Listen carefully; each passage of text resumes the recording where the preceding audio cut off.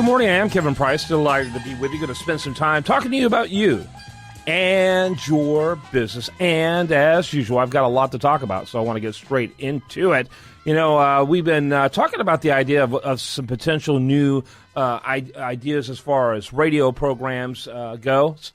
And I always like to hear what's going on in the marketplace of ideas.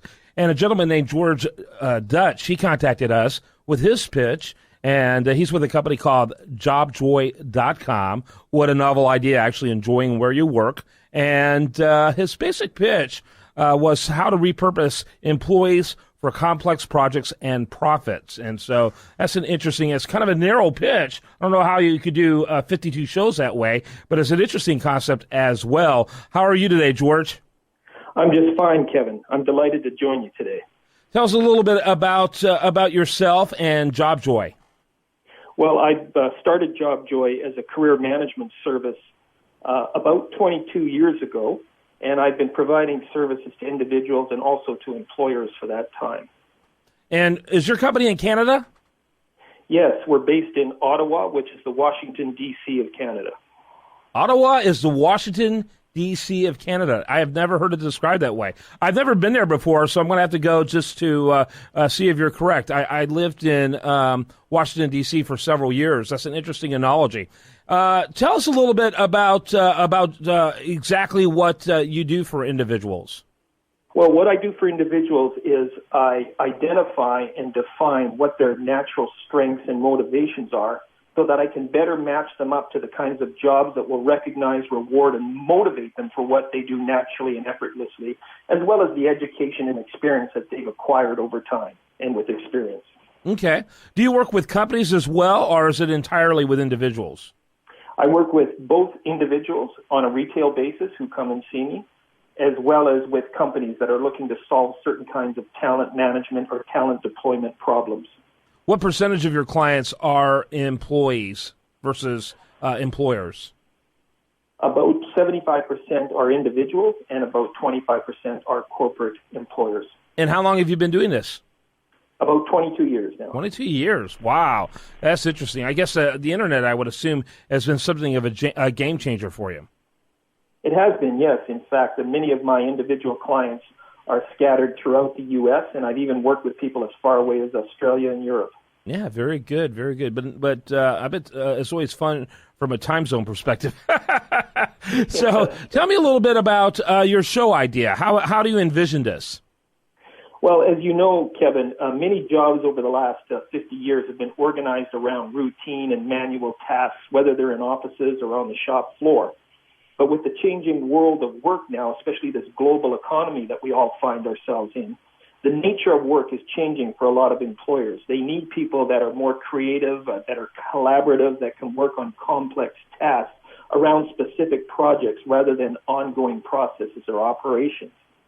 So there's a need to repurpose employees. As you know, one of the biggest costs for employers is to recruit new employees and then to retain them, keep them engaged in the job, because turnover is very expensive for employers. So in order to make the best use of their existing employees, one of the things that I offer them is a profile of existing employees to find out what their natural strengths and motivations are so that they can be redeployed or repurposed into new kinds of tasks that might be more complex than the ones they've been performing in the past that might have been more routine and manual. So is your typical action on how to get out of the job you're in into a job that you want to be in, or is it how to make the job that you're in a better place for you to be, or a combination of both? Well, it is a combination. It depends whether I'm responding to the needs and priorities of an individual or from the needs and priorities of the employer. For example, an employer might want to retrain or retool an existing employee to take on new tasks. Let's say that they have a large part of their operations is a call center, and they have hundreds or thousands of employees in a call center.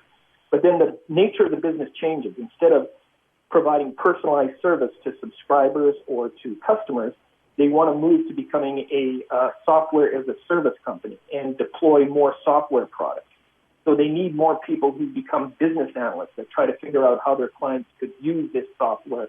And once it's deployed, how they could troubleshoot or implement it, a whole range of different tasks. So rather than going out and recruiting hundreds or thousands of new employees, they can identify the hundreds of employees in their existing workforce, in their existing call center, who could be retrained or retooled to adapt to the new technology and provide a new skill set as part of the operations or the core business of that company as it shifts from being customer-focused to being software-focused. Very interesting. Well, I appreciate you spending some time telling us a little bit about the company and telling us a little bit about the show concept. I think it's interesting. And are you developing a show like this? Have you already got something like it in the works? Yeah. I've done a similar show in the past. What I had individuals call in and tell me about times in their life when they were doing what they enjoyed most and doing it well.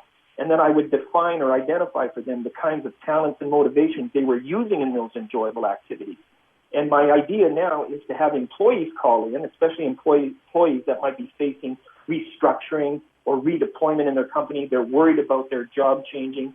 If they could tell me some stories about activities they do outside of work, hobbies, sports, interest activities, volunteer activities, church activities, things that they've enjoyed doing, I could tell them the kinds of skills that they already have or the talents they have and the motivations and how those could be strengthened so that they would become valuable to their existing employer or another employer, and the kinds of work settings or industries that would recognize and reward them for those talents and motivations.